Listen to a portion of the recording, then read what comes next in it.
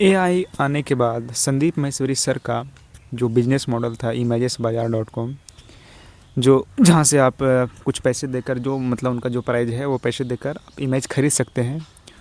तो आप लोगों का मन में एक बात आया होगा कि जब भाई जेमिनाई हो गया, गूगल जो गूगल का जो नैनो बनाना है, या फिर चैट जीपीटी है, या मिड जर्नी है, इतने अच्छा वेबसाइट आ गया है एआई, जो जिससे आप एक प्रॉम्प्ट में किसी तरह का भी इमेज आपको अगर चाहिए, फ़ोटो चाहिए, तो आपको मिल सकता है, और जो कि मिलता है। तो आप लोगों को एक स्वाभाविक सा एक मन में प्रश्न आया होगा कि क्या एआई आने के बाद सर का जो संदीप माहेश्वरी सर का जो imagesbazaar.com है, वो क्या ठप हो गया, या पूरी तरह बंद हो गया, या अभी किस स्टेज में है। तो मैं कुछ थोड़ा बहुत रिसर्च किया, उस बेस पे मैं बता रहा हूँ। और ऐसा नहीं फेक बात, जो भी सच है वो बता रहा हूँ। ऐसा नहीं है कि सर का जो एआई आने के बाद कुछ उनको फ़र्क नहीं पड़ा है।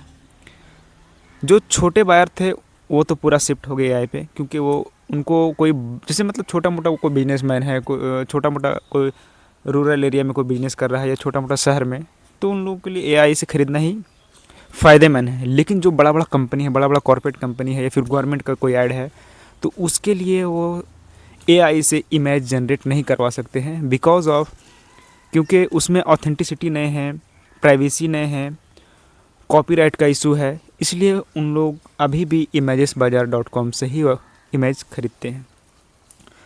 तो सर का जो बिजनेस है वो ठप नहीं हुआ, लेकिन कुछ हद तक कुछ उनको भी फ़र्क पड़ा है।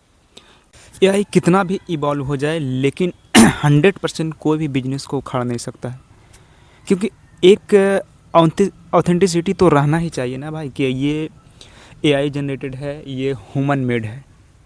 जो बड़ा बड़ा कंपनी है, जो बड़े बड़े कॉर्पोरेट कंपनी है, उन लोगों के लिए प्राइवेसी, कॉपीराइट और भी बहुत तरह का जो फीचर में उसे प्रॉब्लम आ सकता है, उन लोगों को वो बहुत चीज़ देख के इमेज परचेस करते हैं। वो चाहे तो किसी भी एआई टूल से यूज कर सकते हैं, लेकिन नहीं करेंगे, क्योंकि उनको ऑथेंटिसिटी चाहिए, प्राइवेसी चाहिए, कॉपीराइट।